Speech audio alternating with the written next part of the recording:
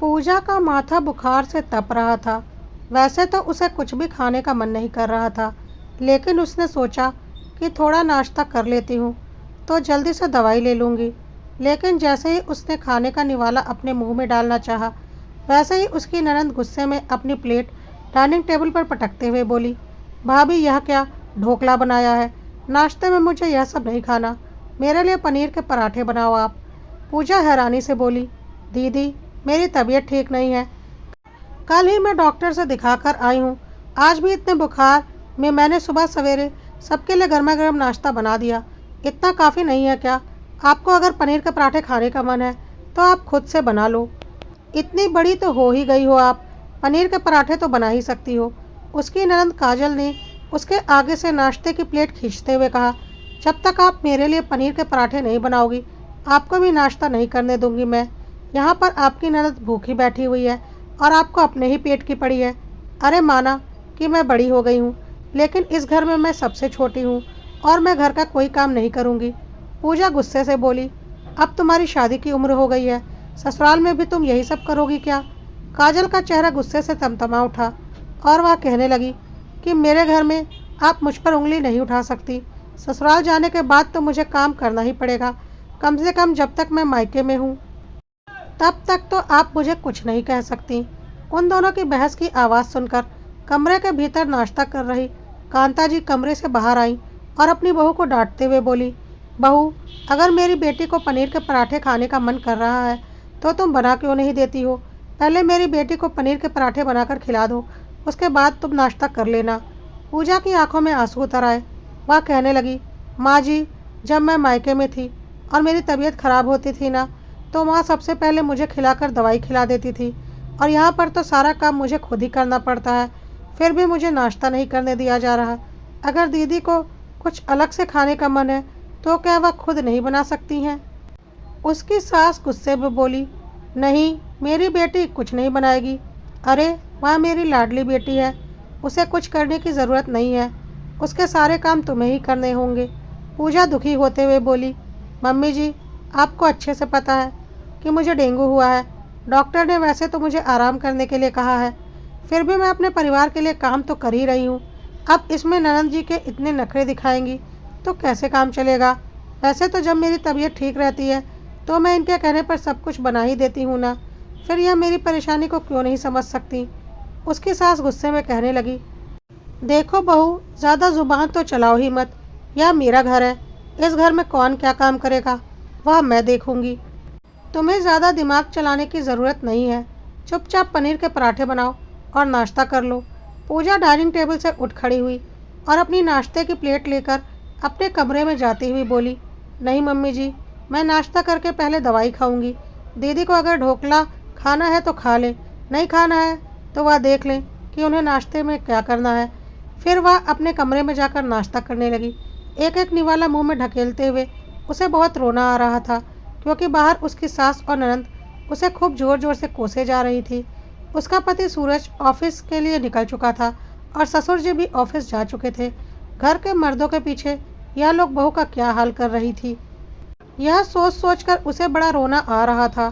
थोड़ी देर के बाद नाश्ता करके वह दवाई ले चुकी थी।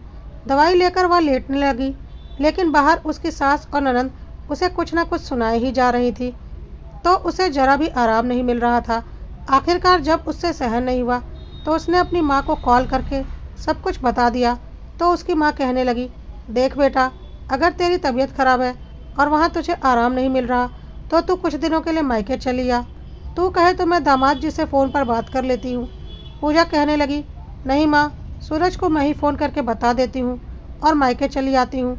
उसकी माँ कहने लगी, देख बेटा तेरी तबीयत ख़राब है तो मैं तेरे भाई को भेज देती हूँ, वह तेरे घर के बाहर से तुझे रिसीव कर लेगा। पूजा बोली, माँ मैं इनको बताकर तुम्हें फ़ोन कर देती हूँ। पूजा ने सूरज को फ़ोन लगाया और कहने लगी, देखो बीमारी में भी मम्मी जी और दीदी मुझे खूब ताने मार रही हैं, फ़ोन पर भी तुम उनकी आवाज़ सुन सकते हो। सूरज कहने लगा, हाँ मुझे उनकी आवाज़ सुनाई तो दे रही है, लेकिन बात क्या है, वो लोग इतना चिल्ला क्यों रही हैं? तब पूजा ने धीरे से उसको सारी बातें बता दी और कहने लगी, मेरी तबीयत जब तक ठीक नहीं हो जाती तब तक मैं मायके में रहना चाहती हूँ।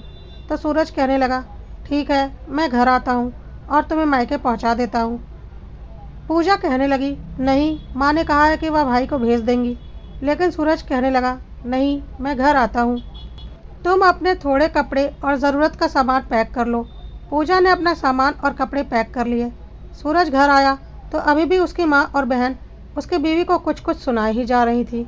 सूरज झुंझलाते हुए बोला, अरे, आप लोगों ने घर को युद्ध का क्षेत्र बनाकर क्यों रखा हुआ है? सूरज को अचानक देखकर कांता जी कहने लगी, अच्छा, तो तेरी बीवी ने तुझे फ़ोन करके बुला ही लिया। देख बेटा, तेरी पत्नी बहुत कामचोर है। वह बीमारी का बहाना बनाकर घर के कामों से बचना चाहती है। सूरज कहने लगा, प्लीज़ माँ, आप तो ऐसी बातें मत करो। आपको अच्छे से पता है कि जब से वह इस घर में आई है तब से सारा काम उसी ने संभाला हुआ है। मैं आप लोगों को कुछ बोलता हूँ क्या? फ़िलहाल उसे आराम की ज़रूरत है, इसलिए मैं उसे मायके पहुँचा देता हूँ। इतना कहकर वह दंदनाते हुए कमरे से चला गया तो उसकी माँ और भी नाराज़ हो गई। थोड़ी देर में सूरज उसे लेकर निकल चुका था। वैसे तो पूजा को बड़ा बुरा लग रहा था कि बीमार पड़ने पर भी ससुराल में उसे आराम नहीं मिल रहा था। जब वह स्वस्थ रहती थी तो घर के काम करवाते हुए किसी को जोर नहीं आता था, लेकिन उसे आराम करते हुए देखकर सबका मुंह खुल गया था। उसे बहुत बुरा लग रहा था कि उसकी सास और ननद एक औरत होते हुए भी उसकी परेशानी को नहीं समझ रही थी। सूरज अपनी पत्नी को मायके छोड़कर ऑफिस के लिए निकल गया था। इधर घर में लंच तो बना नहीं था, तो मजबूरी में कांता जी को ही रसोई में जाना पड़ा। उन्होंने अपनी बेटी को मदद के लिए आवाज़ लगाया तो वह कहने लगी, अरे माँ, जब मैं भाभी की मदद नहीं करती हूँ तो तुम मुझे रसोई में क्यों बुला रही हो?